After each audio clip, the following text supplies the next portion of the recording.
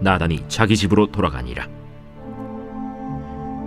우리아의 아내가 다윗에게 낳은 아이를 여호와께서 치심에 심히 앓는지라. 다윗이 그 아이를 위하여 하나님께 간구하되 다윗이 금식하고 안에 들어가서 밤새도록 땅에 엎드렸으니 그 집의 늙은 자들이 그 곁에 서서 다윗을 땅에서 일으키려 하되 왕이 듣지 아니하고 그들과 더불어 먹지도 아니하더라. 이래 만에 그 아이가 죽으니라. 그러나 다윗의 신하들이 아이가 죽은 것을 왕에게 아뢰기를 두려워하니 이는 그들이 말하기를 아이가 살았을 때에 우리가 그에게 말하여도 왕이 그 말을 듣지 아니하셨나니 어떻게 그 아이가 죽은 것을 그에게 아뢰 수 있으랴. 왕이 상심하시리로다. 다윗이 그의 신하들이 서로 수군거리는 것을 보고 그 아이가 죽은 줄을 다윗이 깨닫고 그의 신하들에게 묻되 아이가 죽었느냐? 죽었나이다 하는지라. 다윗이 땅에서 일어나 몸을 씻고 기름을 바르고 의복을 갈아입고 여호와의 전에 들어가서 경배하고 왕궁으로 돌아와 명령하여 음식을 그 앞에 차리게 하고 먹은지라. 그의 신하들이 그에게 이르되 아이가 살았을 때에는 그를 위하여 금식하고 우시더니 죽은 후에는 일어나서 잡수시니 이 일이 어찌 됨이니까. 아이가 살았을 때 내가 금식하고 운 것은 혹시 여호와께서 나를 불쌍히 여기사 아이를 살려주실는지 누가 알까 생각함이거니와 지금은 죽었으니 내가 어찌 금식하랴. 내가 다시 돌아오게 할 수 있느냐? 나는 그에게로 가려니와 그는 내게로 돌아오지 아니하리라. 다윗이 그의 아내 바세바를 위로하고 그에게 들어가 그와 동침하였더니 그가 아들을 낳음에 그의 이름을 솔로몬이라 하니라. 여호와께서 그를 사랑하사 선지자 나단을 보내 그의 이름을 여디디아라 하시니 이는 여호와께서 사랑하셨기 때문이더라. 요압이 암몬 자손의 랍바를 쳐서 그 왕성을 점령하매 요압이 전령을 다윗에게 보내 이르되 내가 랍바 곧 물들의 성읍을 쳐서 점령하였으니 이제 왕은 그 백성의 남은 군사를 모아 그 성에 맞서 진치고 이 성읍을 쳐서 점령하소서. 내가 이 성읍을 점령하면 이 성읍이 내 이름으로 일컬음을 받을까 두려워하나이다. 다윗이 모든 군사를 모아 랍바로 가서 그곳을 쳐서 점령하고 그 왕의 머리에서 보석 박힌 왕관을 가져오니 그 중량이 금 1달란트라. 다윗이 자기의 머리에 쓰니라. 다윗이 또 그 성읍에서 노략한 물건을 무수히 내오고 그 안에 있는 백성들을 끌어내어 톱질과 썰애질과 철도끼질과 벽돌구이를 그들에게 하게 하니라. 암몬 자손의 모든 성읍을 이같이 하고 다윗과 모든 백성이 예루살렘으로 돌아가니라. 우리가 잘 아는 고사성어 중에 사면초가라는 고사성어가 있습니다. 넉사자의 얼굴 멸자, 그 다음에 초나라 초자의 노래가자. 그래서 사면초가라고 하는데 중국의 역사가인 사마천이라는 사람이 쓴 사기에 보면 항우본기라는 내용이 있어요. 거기에 나오는 내용입니다. 여러분 장기에 보면 초한 이렇게 돼 있죠. 이게 그 장기가 전쟁을 나타내는 거거든요. 중국의 그 초한 전쟁 당시에 항우라는 유명한 장사가 있었는데 이 장사가 해하라는 곳에서 한나라군의 포위가 됩니다. 그래서 이제 어찌할 수 없는 그런 상황이 있는데 초나라 군사들이 되게 강력한 군사여서 이들의 사기를 떨어뜨리기 위해서 한나라 군사들이 뭘 했냐면 초나라의 노래를 불러준 거예요. 고향의 노래를 불러주니까 먼 이국 땅에 나와서 싸우고 이렇게 하니까 힘들고 그런 마음들이 막 들 거 아닙니까? 그렇게 해서 마음을 멘탈을 다 깨트리려고 초나라 노래를 불렀거든요. 사방에서 초나라의 노래가 가까이 들려오는 그런 상황이 벌어진 거예요. 그 도저히 벗어날 수 없는 위기 가운데 있을 때 그래서 사면초가라고 얘기를 합니다. 살다 보면 사면초가 사방이 가로막혀서 답답할 때 그리고 눈앞이 캄캄하다고 생각할 때가 가끔 있지요. 돈이 없어서 급한 일을 당했는데도 불구하고 해결을 못하는 때도 있고 힘이 없어서 아무것도 할 수 없는 그런 상황에 부딪힐 때도 있고 도와줄 사람 하나 없어가지고 내가 혼자 모든 것을 다 감당해야 되는 그러한 순간도 있습니다. 여기에 엎친 데 덮친 경우로 내가 건강이라도 안 좋아가지고 힘도 제대로 쓰지 못하고 못 돌아다니면 정말로 말 그대로 사방이 가로막혀 답답한 그런 순간이 되는 거죠. 눈앞이 캄캄한 사면 초가입니다. 앞뒤 좌우를 살펴봐도 막막하기만 합니다. 아무리 국내에 봐도 돌파할 수 있는 구멍이 보이질 않아요. 살다 보면 그럴 때가 가끔 있어요. 이런 상황이 하루가 멀다 하고 우리에게 주어진다면 그거 어떻게 살 수 있겠습니까? 그나마 다행인 거는 가끔 그러한 순간이 오기 때문에 그렇게 오면 이때도 지나가겠지라고 생각하면서 그냥 버티는 것, 그것이 대부분의 사람들의 모습입니다. 오늘 본문의 주인공인 다윗도 지금 사면초가와 같은 아주 답답한 눈앞이 캄캄한 상황에 지금 맞닥뜨려 있는 거예요. 다윗은 남편이 버젓이 있는 여자를 불륜을 저질러 가지고 그 남편까지 죽게 만들었습니다. 1년 후에 나단 선지자가 그 죄악에 대해서 다윗에게 지적을 했을 때 다윗은 하나님 앞에 깊이 회개하고 그리고 그러므로 말미암아 다행히 죽음을 면하게 됩니다. 하지만 다윗의 범죄의 결과는 끔찍했습니다. 사랑하는 여인 밧세바 사이에서 낳은 아이가 죽을 병에 걸린 겁니다. 여러분, 자식을 키워본 부모들은 다 같은 마음일 거예요. 어린아이가 감기만 걸려도 아파하기만 해도 마음 아픈 게 부모인데 죽을 병에 걸렸어요. 그런데 아무것도 부모가 할 수가 없어요. 아파서 고통하며 신음하는 그 모습을 지켜보고만 있어야 돼. 부모의 마음이 과연 어떤 마음일까요? 아마 대부분의 부모들은 그런 마음을 가질 거예요. 내가 차라리 대신 아프고 우리 아이가 나으면 얼마나 좋을까라는 마음이 대부분의 부모의 마음이라고 저는 생각합니다. 정말 눈앞이 캄캄한 상황 가운데 지금 있는 거예요. 어찌할 수 없는 막막한 상황 가운데 있는 겁니다. 하지만 비록 큰 죄를 범했지만 다윗은 하나님을 믿는 사람이었습니다. 다윗은 사방이 가로막힌 눈앞이 캄캄한 그 상황 속에서도 하나님 앞에서 바르게 반응을 합니다.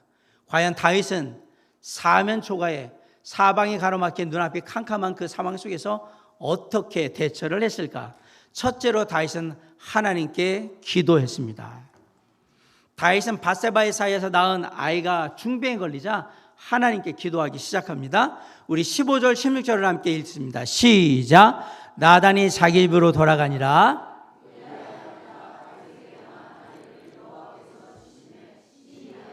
(16절)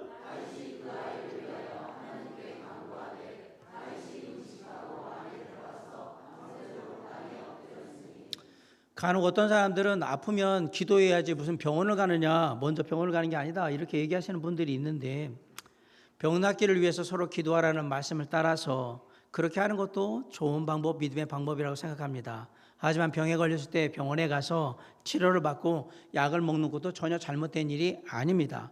좋은 의사를 만나서 치료를 받고 효과적인 약으로 빨리 건강을 찾는 것도 하나님의 뜻이기 때문에 그렇습니다. 그런데 지금 다윗은 그렇게 하고 있지를 않습니다. 물론 아이를 의사들이 봤을 거예요. 그런데 지금 다윗은 거기에 있지를 않아요. 왜? 지금은 일반적으로 병에 걸린 경우가 아니에요. 어떤 경우냐? 자신의 죄에 대한 하나님의 징계로 지금 아이가 죽을 병에 걸린 겁니다. 이 경우에는 약이 먼저 필요한 게 아니라 하나님의 자비하심이 먼저 필요한 겁니다. 그래서 아이에게 있는 게 아니라 하나님께 나아가서 겸손히 금식하며 기도하고 있는 거예요. 혹시라도 내가 간절히 기도하면 하나님께서 징계하고자 하는 마음을 돌이키셔서 아이를 낳게 해 주시지는 않을까라는 그런 간절한 기대를 가지고 하나님께 기도하고 있는 거예요. 무려 일주일씩이나 금식하며 기도하고 있었던 거예요. 살다가 보면 내 힘으로 도저히 어떻게 하지 못할 때가 있습니다. 진짜 막막하고 눈앞이 캄캄한 순간이 옵니다. 대부분의 사람들은 어떻게 할까요? 멘탈이 약한 사람들은 에이고 모르겠다 자포자기하면서 그냥 될 대로 되라 이런 식으로 하는 사람들도 있을 거예요. 어떤 사람은 난 모르겠다라고 하면서 술만 계속해서 들이붓는 사람들도 있을 겁니다. 어떤 사람은 절대 감당 못한다, 난 안 된다 그러면서 극단적인 선택을 하는 사람들도 있을 거예요. 사실 죽을 용기가 있으면 얼마든지 살 수 있는 거거든요. 그 힘으로 예, 그런 거예요. 근데 이런 것들은 별로 다 좋은 방법은 아닙니다. 이럴 때 어떻게 해야 됩니까? 예수 믿는 사람이 할 수 있는 최선의 방법은 전능자이신 하나님께 나아가 기도하는 겁니다. 문제의 때에는 어떻게 해라? 문제의 때에는 어떻게 하라고요? 기도하라. 이게 진리입니다. 문제의 때에는 기도하라. 그렇게 우리가 기도하면 하나님이 응답하신다. 내가 고민하던 문제가 해결되고 내가 처한 환경이 바뀌게 됩니다. 기도하면 한 치 앞도 볼 수 없었던 문제가 돌파구가 보이기 시작할 겁니다. 죽을 병에 걸렸던 사람이 낫기도 하고요. 쇠락했던 사업이나 일들이 다시 일어서기도 합니다. 오랫동안 내 속을 썩였던 일들이 의외로 쉽게 해결되기도 합니다. 기도하면 문제가 해결되는 겁니다. 그런데 어떤 때는 기도해도 하나님의 문제를 해결해 주지 않으세요. 바꿔달라는 환경을 바꿔주지도 않으세요. 내 남편을 변화시켜 주세요. 내 아내를 변화시켜 주세요. 우리 자식들을 변화시켜 주세요. 그런데 하나님이 그대로 두세요. 왜 내가 기도해도 그대로 두실까? 그때는 먼저 생각할 게 있습니다. 하나님 그때 얘기하는 거예요. 남을 바꾸기 전에 너부터 바뀔 생각을 좀 해야 될 것이다. 하나님이 나를 먼저 바꾸려 하실 때에는 기도에 응답하지 않으십니다. 어느 교회에 여자 집사님이 계셨어요. 남편과의 갈등이 아주 심했습니다. 그래서 그리스도인이지만 이제 도저히 못 살겠다. 내가 이혼해야 되겠다라는 생각을 갖게 됐어요. 그래서 이혼하겠는데 그래도 그리스도인이잖아요. 그리고 교회 집사고 그러니까 그래도 하나님께 물어보고 하나님의 허락을 받아야 될 것 같아서 기도를 합니다. 마음속으로 하나님 남편과 이혼할 수 있도록 허락해 주시기를 바랍니다라고 계속해서 기도했습니다. 그런데 어느 날 하나님께서 이 집사님에게 응답을 주셨어요. 뭐라고? 남편을 바꿀 생각을 하지 말고 너부터 바뀌어라 라고 응답을 주신 거예요.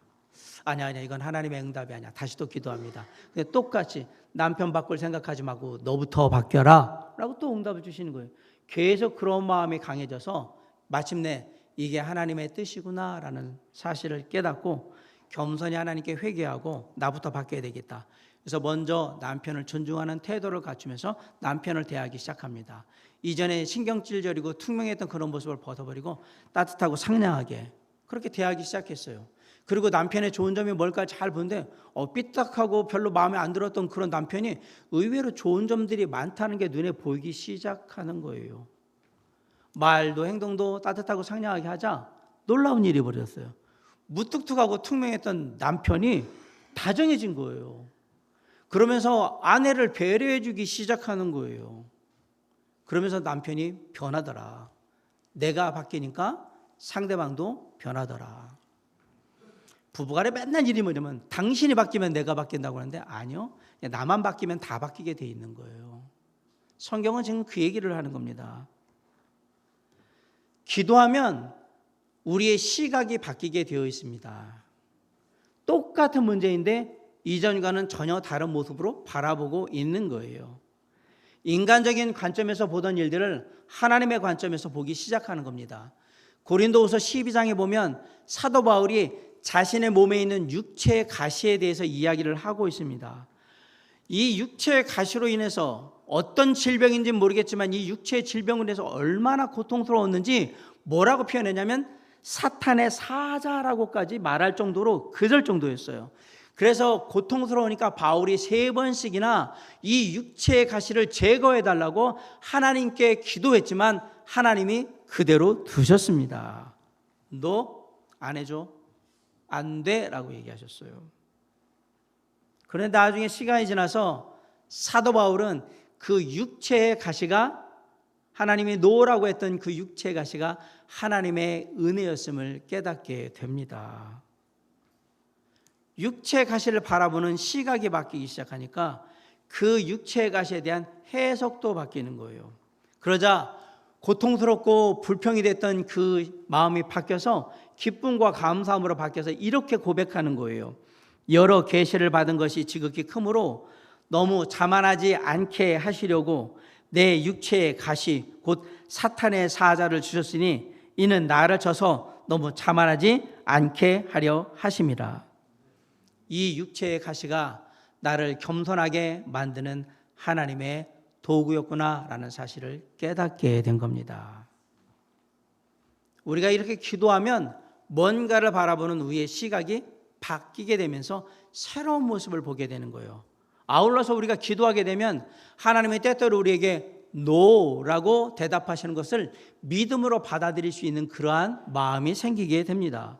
다윗이 며칠이나 기도했느냐? 일주일씩이나 금식하며 기도했습니다.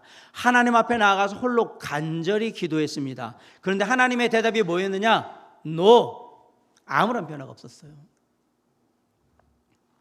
아이가 죽었다는 것을 알고 다윗이 그것을 하나님의 뜻으로 받아들입니다. 아이가 살아있을 때에는 사력을 다해서 살려달라고 기도했지만 하나님이 노라고 대답하시고 아이의 생명을 거두어 가시자 이것을 하나님의 뜻으로 믿음으로 받아들인 겁니다. 우리 19절부터 23절까지 한번 읽어보겠습니다. 19절 시작. 다윗이 그의 신하들이 서로 수군거리는 것을 보고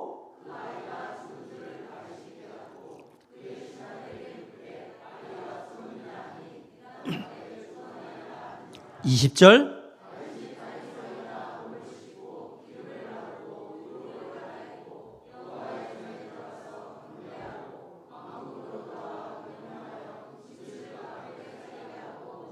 21절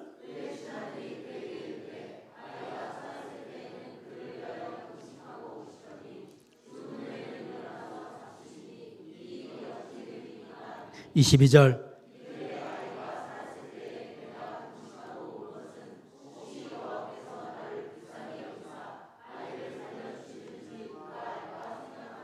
23절 지금은 죽었으니 내가 어찌 금식하랴 내가 다시 돌아오게 할 수 있느냐 나는 그에게로 가려니와 그는 내게로 돌아오지 아니하리라 하니라. 하나님, 제가 어떤 마음으로 기도했는데요, 제가 얼마나 간절히 기도했는데요, 진짜 너무하시네요. 그게 뭐가 힘들다고 기도 하나 응답 안 해주시나요? 그러고도 자녀를 사랑하는 하나님이라고, 사랑의 하나님이라고 말씀하실 수 있는 것인가요? 라고 다윗이 울고불고 했습니까? 다윗은 하지 않았습니다. 다윗은 그렇게 하지 않았습니다. 하나님이 너 안 돼 라고 하니까 담담히 받아들입니다. 하나님께서 때때로 우리의 삶에 노라고 얘기했을 때 그것을 담대히 믿음으로 받아들이는 신앙, 그건 정말 성숙한 신앙입니다. 더 나아가서 하나님이 노라고 얘기했을 때에 이것은 내 삶에 또 다른 선하신 하나님의 계획이 있어서 나에게 말씀하시는 것이라고 믿음으로 받아들인 신앙, 그건 대단한 신앙입니다. 무조건 예스만이 하나님의 응답이라고 생각하시면 안 됩니다. 신앙은 모든 것을 하나님의 시각에서 다시 바라보는 거예요. 우리에게 참된 신앙이 있다면 참된 신앙의 안경을 끼고서 모든 것을 바라보는 거예요. 사람이든 일이든 다 그렇게 바라보는 거예요. 이전에는 예쁜 게 최고였고, 돈이 최고였고, 권력이 최고였고, 쾌락과 즐거움이 최고였고, 술이 최고였고, 친구가 최고였다면 이제 신앙으로 우리의 안경을 갈아끼면 바울이 말한 것처럼 내 주 예수 그리스도를 아는 것이 최고이고, 그리고 내가 세상에서 누리는 것들은 다 배설물같이 여기는 것이 맞다라는 겁니다. 그게 신앙의 모습이기 때문에 그렇습니다. 그런데 안타깝게도 우리는 그렇게 쉽게 그렇게 보지를 못합니다. 우리의 시각이 그렇게 쉽게 바뀌지 않는다는 얘기입니다. 한번 보기 시작하면 평생 그렇게 볼 가능성이 정말 높아요. 그런데 언제 우리의 시각이 바뀌느냐? 새로운 사실을 깨닫게 될 때 그때 우리의 시각이 바뀌는 거예요. 어느 가정에 엄마하고 딸이 살고 있었어요. 그런데 엄마가 심한 화상을 입어서 얼굴이 일그러져 있었습니다. 딸은 그런 엄마의 얼굴이 늘 불만이었어요. 어릴 때는 잘 몰랐는데 사춘기가 되면서 심한 화상으로 일그러진 엄마의 얼굴이 너무 창피했어요. 친구들이 저 괴물 같은 얼굴을 한 여자가 내 엄마라는 사실을 알까봐 너무 두려웠고 불안했어요. 그리고 그렇기 때문에 한 번도 생일날조차도 친구들을 집에 초대하지 않았습니다. 왜 우리 엄마는 다른 엄마들처럼 저렇게 예쁘게 생긴 얼굴을 갖고 있지 않고 왜 저렇게 괴물 같은 얼굴을 하고 있는 것일까? 날마다 퉁퉁거리면서 엄마한테 괜히 심술과 짜증을 막 냈습니다. 그러자 어느 날 엄마가 이 딸을 부르는데 사진을 한 장을 딱 보여주는데 옛날 사진인데 거기 아주 젊은 예쁜 아가씨가 있는 거예요. 엄마 이거 누구야? 엄마 젊었을 때 사진이야. 젊은 시절 엄마 사진이었던 거예요. 네가 아기였을 때 급한 일이 있어서 잠을 자고 있는 너를 집안에 두고 밖에 잠깐 나갔다 왔는데 집에 불이 났어. 그때 내가 너를 구하려고 불 속에 들어가서 너를 구해서 다행히 너는 다치지 않고 구할 수 있었는데 엄마는 그때 심한 화상을 입고 사경을 헤매다가 간신히 살아나서 지금 이렇게 네 곁에 있게 된 거야 라고 그 모든 내용을 다 얘기해 준 거예요. 그 얘기를 들었잖아요. 딸은 새로운 사실을 알게 된 거예요. 그런 사실도 모르면서 괴물 같은 엄마라고 엄마를 원망하고 불평하며 짜증냈던 그 것들이 너무너무 미안해서 용서해달라고 엄마한테 잘못했다고 눈물을 흘리면서 사죄를 합니다. 그리고 나서 엄마의 얼굴을 보는데 완전히 달라 보이는 거예요. 전에는 엄마의 화상 입은 얼굴이 숨기고 싶은 창피한 얼굴이었는데 이제는 엄마의 화상 입은 얼굴은 내 생명과 맞바꾼 귀한 보물과 같은 거예요. 그때부터 그 딸은 어느 누구에게나 당당하게 엄마를 소개하고 그 엄마를 자랑스러워했다라고 말합니다. 새로운 사실을 알게 되면 우리가 바라보는 모든 것이 다 달라지는 거예요. 우리가 잘 보세요. 예수 믿게 되면 몰랐던 예수 그리스도를 알게 되면 하나님의 사랑을 알게 되면 우리가 세상을 바라보는 시각이 바뀌잖아요. 구원의 진리를 알게 되면 새로운 시각을 갖게 되는 겁니다. 아울러서 내가 그리스도인으로서 하나님의 말씀 가운데 있는 여러 가지 진리의 새로운 진리들, 교훈들을 깨닫게 되면 우리가 세상을 바라보는 것도 이 하나님의 말씀에 따라서 다 바뀌게 되는 거예요. 그걸 우리는 말하면 신앙이 성숙해져 간다라고 얘기하는 겁니다. 혹시 지금 사방이 가로막혀 답답하십니까? 이 일을 어떻게 해야 되나 눈앞이 캄캄한 그런 상황 가운데 있습니까? 그러면 무조건 먼저 하나님께 나아가 기도하시기 바랍니다. 이 문제가 너무 중요하고 급박해서 정말 기도하는 것만으로 안 되겠다. 그러면 금식하며 기도하시기 바랍니다. 그렇게 간절히 하나님께 기도하면 둘 중에 하나는 반드시 바뀌게 될 겁니다. 뭐가 바뀌냐? 내가 바뀌든 상대방이 바뀌든 둘 중에 하나는 반드시 바뀌게 될 겁니다. 그러면서 모든 문제가 해결되기 시작할 것입니다. 사방이 가로막혀서 막막할 때에 눈앞이 캄캄한 상황 가운데 있을 때에 그때에도 하나님을 믿고 흔들리지 않고 하나님께 나아가 기도함으로 하나님의 능력을 힘입고 나아가는 저와 여러분이 될 수 있기를 주님의 이름으로 간절히 축원합니다. 두 번째로 다윗이 사방이 가로막힌 캄캄한 때에 어떻게 대처했느냐? 다윗은 믿음으로 새롭게 출발했습니다. 우리가 알듯이 아이를 향해서 다윗은 간절히 기도드렸지만 그 기도는 응답되지 않았습니다. 안타깝게 아이는 죽고 말았어요. 아이가 죽은 후 다윗은 과연 어떻게 했을까? 인생을 다 포기했습니까? 에이, 될 대로 되라 라고 막 살았습니까? 아이 하나도 안 살려주신 하나님, 그게 무슨 사랑의 하나님이야 라고 요구했습니까? 이제는 하나님 같은 거 안 믿어, 다 필요 없어 라고 신앙을 버렸습니까? 아닙니다. 다윗은 그렇게 하지 않았습니다.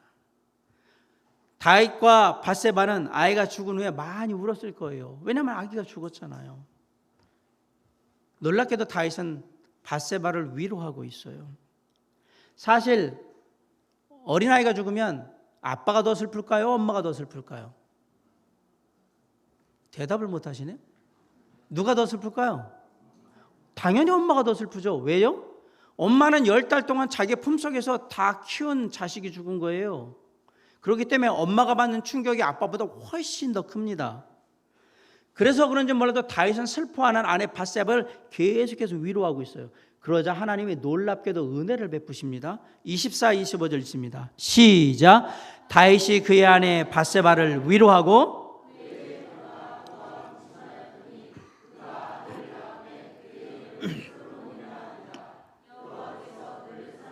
25절.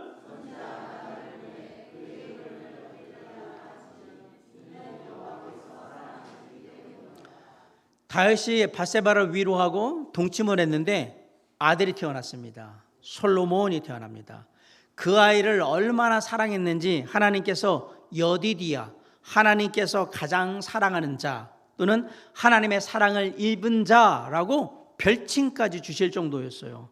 이게 자녀를 향한 하나님의 마음이자 사랑입니다.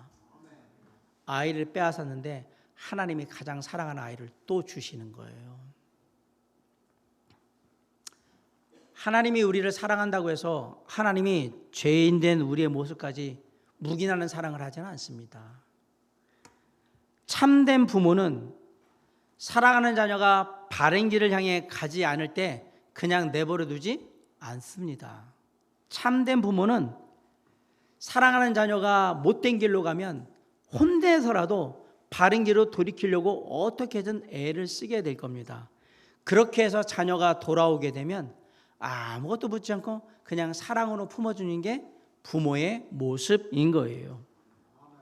하나님께서 하나님의 자녀들이 하나님 앞에 죄를 지었을 때 죄로 인해서 아파하고 고통스러워하는 건 그게 겪게 하십니다. 그런데 그 다음이 중요한 거예요. 하나님은 그냥 내버려 두지 않으시고 우리의 삶을 다시 회복시키셔서 새로운 길을 나아갈 수 있도록 그렇게 인도해 주시는 거예요. 히브리서 12장 7절로 12절에 보면 그 내용을 이렇게 얘기하고 있어요. 너희가 참음은 징계를 받기 위함이라 하나님이 아들과 같이 너희를 대우하시나니 어찌 아버지가 징계하지 않는 아들이 있어요. 징계하지 않는 아들은 진짜 아들이 아닌 거예요. 징계는 다 받는 것이거늘 너에게 없으면 사생자요 친아들이 아니니라. 또 우리 육신의 아버지가 우리를 징계하여도 공경하였거든 하물며 모든 영의 아버지께 더욱 복종하며 살려 하지 않겠느냐. 아버지가 혼내더라도 아버지가 혼내면 다 받아들였는데 하물며 하늘의 아버지가 그러는데 어떻게 생각하냐 이 얘기 묻잖아요. 그들은 잠시 자기의 뜻대로 우리를 징계하였거니와 오직 하나님은 우리의 유익을 위하여 그의 거룩하심에 참여하게 하시느니라. 무릇 징계가 당시에는 즐거워 보이지 않고 슬퍼 보이나 후에 그로 말미암아 연단받은 자들은 의와 평강의 열매를 맺느니라. 삶을 살다 보면 우리는 죄의 유혹으로 말미암아서 넘어질 수도 있습니다. 잘못된 생각과 행동으로 말미암아서 어려움과 아픔을 겪을 수도 있습니다. 그러나 그럼에도 불구하고 하나님은 결코 죄인된 우리를 포기하지 않으시고 회복의 길로 우리의 삶을 인도해 주시는 분이십니다. 세상에서 내가 한번 실수했다, 내가 한번 실패했다, 한번 잘못된 모습을 보였다, 그러면 세상은 바로 우리를 낙인 찍고 우리를 멀리하기 시작할 거예요. 그런데 하나님은 죄인된 우리를 포기하지 않으셨고 우리에게 돌이킬 수 있는 기회와 은혜를 허락해 주시면서 늘 우리와 함께하고 계신 겁니다. 이게 우리를 향한 하나님의 마음이에요. 그 하나님을 믿고 새롭게 출발하셔야 합니다. 다윗은 그런 하나님의 사랑을 입고 믿음으로 새롭게 출발한 겁니다. 26절로 31절에 보면 다윗이 하나님의 징계가 끝난 후에 암몬 족속의 수도인 랍바를 정복하는 전쟁을 지휘하는 모습이 나옵니다. 이 전쟁은 다윗이 밧세바를 범하고 우리아를 죽인 죄로 인해서 그 징계로 말미암아 자신의 아기가 죽은 후에 겪은 첫 번째 사건인데 하나님의 은혜를 힘입고 다시 새롭게 시작하는 다윗의 모습이 나오고 있습니다. 하나님의 마음에 맞는 자답게 하나님께 정말 성실하고 충성된 다윗의 이전의 모습으로 돌아가서 다윗이 보여주고 있다는 사실을 우리가 봐야 합니다. 이런 다윗의 모습은 우리에게 큰 교훈을 줍니다. 우리는 다 부족하고 연약해서 언제나 누구나 다 실수하고 잘못할 수 있습니다. 때로는 그러한 잘못과 어려움의 상황들이 너무너무 안 좋아가지고 진짜 사방이 가로막혀서 막막하고 답답하고 눈앞이 캄캄한 그런 상황이 될 수도 있을 거예요. 그런데 그 후가 중요합니다. 우리가 큰 병을 앓고 나면 그 다음에 몸조리하는 게 되게 중요하잖아요. 마찬가지예요. 우리가 삶에 큰 일을 당하고 나면 그 다음에 사후관리를 어떻게 하느냐가 되게 중요합니다. 왜? 다음에 비슷한 일들이 벌어질 때 우리가 지혜롭게 반응하려면 반드시 그러한 관리를 잘할 필요가 있는 거예요. 사방이 가로막혀 답답하고 눈앞이 캄캄하다는 말은 모든 것을 다 포기하고 마음대로 하라는 말이 절대 아닙니다. 사방이 가로막혀 답답하고 막막하고 눈앞이 캄캄할 때에는 지금까지 우리가 하던 모든 것을 잠시 멈추고 오직 주님만 바라보며 주님께 집중해야 한다라고 말하고 있는 것입니다. 캄캄한 어두움이 때로는 새로운 시작의 출발이 될 수가 있습니다. 12월 31일이 되면 많은 사람들이 새해를 맞아서 일출을 보기 위해서 바닷가, 동해 바닷가를 가거나 산으로 막 갑니다. 저도 새해 첫날 일출 보기 위해서 산에 갔던 경험이 있습니다.